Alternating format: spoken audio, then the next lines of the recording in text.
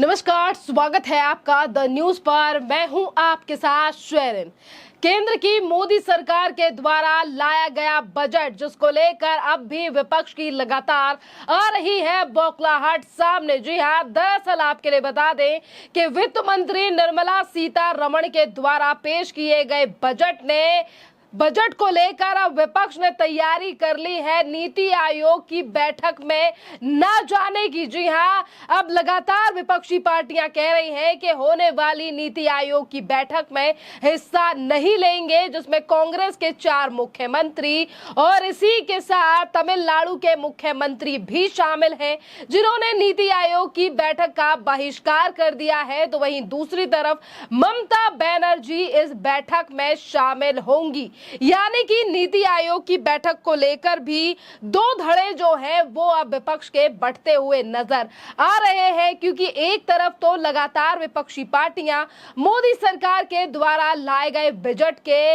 इस कदर विरोध में उतरी है कि ये कह रही है कि पेश किया गया बजट जो है वो काफी ज्यादा भेदभावपूर्ण किया गया है। सिर्फ ऐसे राज्य जहां की पार्टियां आज एनडीए में है उन्हीं को जो है वो ज्यादा बजट दिया गया है, यानी कि लगातार ऐसे कुछ राज्यों को टारगेट किया जा रहा है, चाहे फिर वो चंद्रबाबू नायडू हो या फिर बिहार। जी हां, बिहार को लेकर भी लगातार राजनीति जो है वो सामने आ रही है और ये कहा जा रहा है कि जिस तरीके से हमारी लिए बजट पेश किया गया है, बजट से फायदा नहीं हो रहा है, देश को भेदभावपूर्ण है और तमाम अपनी कुर्सी बचाने के लिए जो है ये बजट पेश किया गया है, जिसको लेकर अलग अलग नेताओं की प्रक्रिया सामने आ रही है और नीति आयोग की बैठक में ये लोग नहीं जा रहे हैं।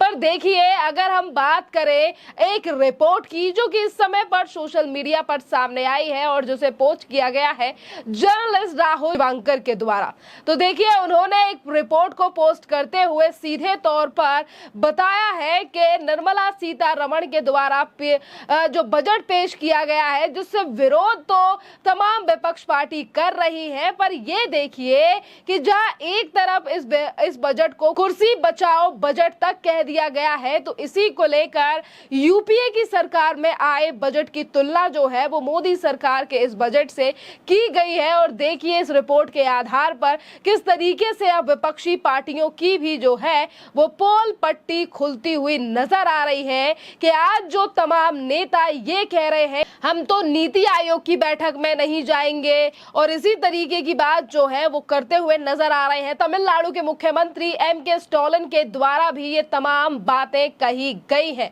तो देखिए कांग्रेस के भी 3 नेता जो है वो मुख्यमंत्री नहीं जाएंगे। इसमें तेलंगाना के मुख्यमंत्री रेवंत रेड्डी, हिमाचल प्रदेश के सुखविंदर सिक्कू और कर्नाटक के मुख्यमंत्री सिद्धरमैया जो है ये तीनों ही नीति आयोग की बैठक में हिस्सा नहीं लेंगे। अगर इसी के साथ हम इस रिपोर्ट की बात करें जो कि इस समय पर सोशल मीडिया पर काफी ज्यादा सुर्खियां बटोर रही है, एक तरफ तो तमाम नेताओं ने नीति आयोग की बैठक का विरोध कर दिया है, ना जाने की बात कही है। तो देखिए अब जो रिपोर्ट सामने आई है उसमें जिस तरीके से आज विपक्षी पार्टियां कह रही हैं कि हमारे साथ भेदभाव हुआ है, हमारे साथ भेदभाव हुआ है, तो यूपीए के टाइम पर किस तरीके से जो है वो बजट आता था। देखिए रिपोर्ट में सामने आया है कि जिस समय पर यूपीए की द्वारा जब बजट पेश किया जाता था तो उस समय पर तो उन राज्यों का जिक्र ही नहीं होता था जिन राज्यों की पार्टी अलायंस में नहीं होती थी यूपीए के साथ। देखिए यहाँ पर तमिलनाडु की जब बात आती है तो यूपीए के बजट में राज्य का उल्लेख तब भी होता था जब राज्य में पार्टी सहयोगी होती थी। जिस क्षण डीएमके यूपीए से बाहर निकली उस समय केंद्रीय बजट के राज्य का यानी केंद्रीय बजट में राज्य का उल्लेख ही नहीं था।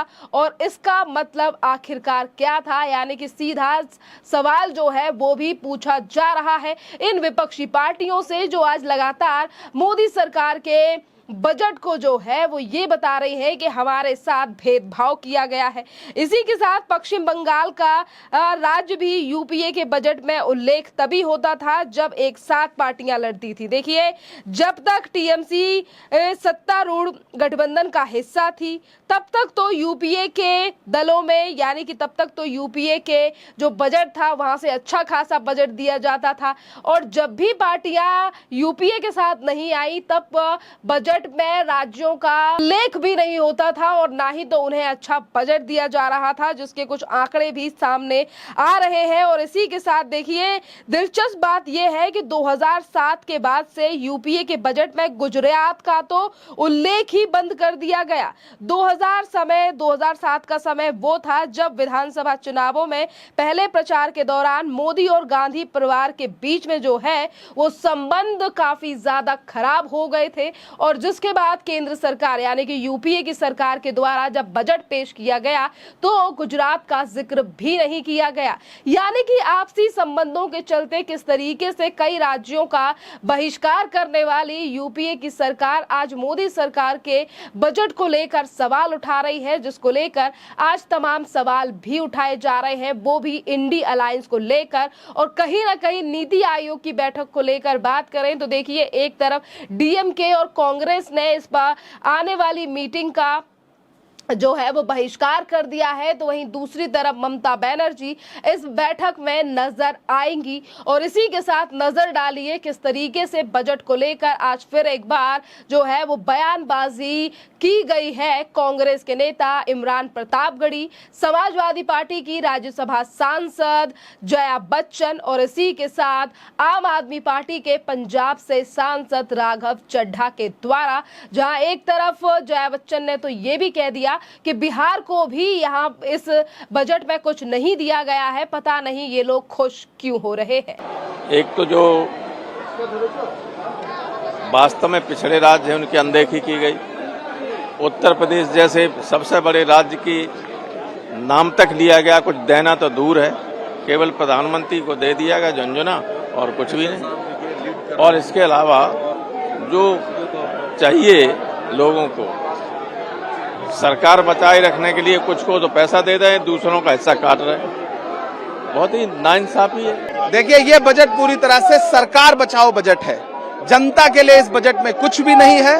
सिर्फ सरकार जिन जिन बैसाखियों पर टिकी हुई है उन राज्यों के लिए इस बजट में कुछ भी नहीं, झारखंड के लिए इस बजट में कुछ भी नहीं है, पंजाब के लिए इस बजट में कुछ भी नहीं, राजस्थान के लिए कुछ भी नहीं है, उत्तर प्रदेश के लिए कुछ भी नहीं। महाराष्ट्र, उत्तर प्रदेश ने आपको चुनाव हरा दिया लोकसभा में, तो आप बजट में उसको कुछ देंगे नहीं। कौन सा बदला ले रहे हैं मोदी जी? आप वित्त मंत्री जी कौन सा बदला ले रहे हैं, ये देश को बताएं।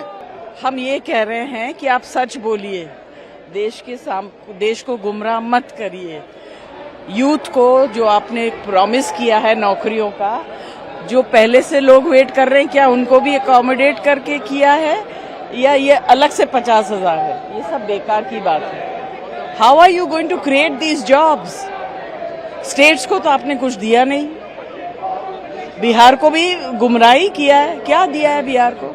बहुत खुश हो रहे हैं बिहार के लोग। कमाल का बजट इजाद किया गया है जिसमें लगभग इस देश का हर वर्ग निराश हुआ है, मात्र 2 व्यक्तियों को छोड़ के, नीतीश कुमार और चंद्रबाबू नायडू। मैं पूछना चाहता हूं कि वो राज्य जिन्होंने अभूतपूर्व समर्थन भाजपा को दिया, अपने राज्यों की लगभग सारी सीटें दे दी, जैसे कि दिल्ली है, गुजरात है, उड़ीसा है, हिमाचल प्रदेश है, झारखंड, छत्तीसगढ़ है, मध्य प्रदेश है, इन राज्यों को क्या मिला इस बजट में? इन राज्यों को कुछ नहीं मिला।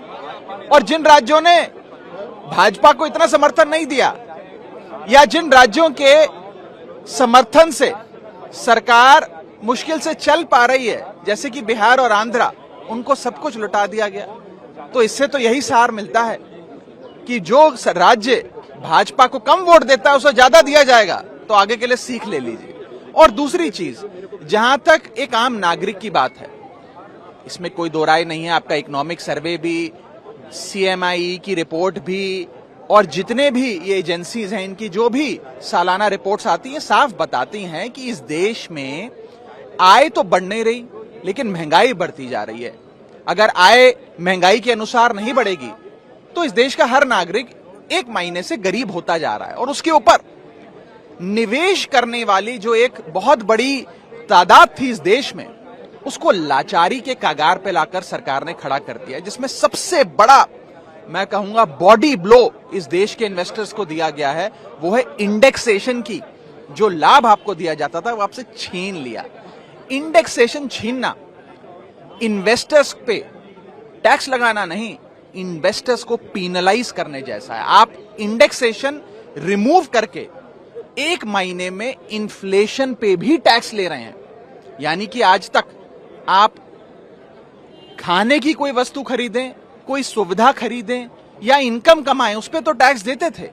अब आप महंगाई, जो इन्फ्लेशन बढ़ रही है, उस पर भी टैक्स दे रहे हैं, क्योंकि आपसे इंडेक्सेशन की जो एक लाभ आपको दिया गया था वो आपसे सरकार ने छीन लिया है। तो कुल मिलाकर इस बजट ने लगभग हर तबके को नाराज किया है। सर, दिल्ली के हिस्से में क्या है? दिल्ली के हिस्से में खास तौर पे दिल्ली वो राज्य जो शेयर इन सेंट्रल टैक्सेस में लाखों करोड़ों रुपए केंद्र सरकार के खजाने में जमा कराता है, दिल्ली वाले जमा कराते हैं, उनका शेयर इन सेंट्रल टैक्सेस जो उन्हें मिलना चाहिए उसके लिए कुछ भी नहीं मिला। वो 20 साल से जितनी राशि मिलती थी, करीब 350-400 करोड़ मिलती है, बस उतनी ही मिलती है। एक फूटी कौड़ी का भी इजाफा उसमें नहीं किया गया और एक प्रकार से पक्षपात तमाम राज्यों में किया गया है। इस पूरे मामले पर आपकी जो भी राय हो, आप भी हमें कमेंट कर जरूर बताइए। धन्यवाद।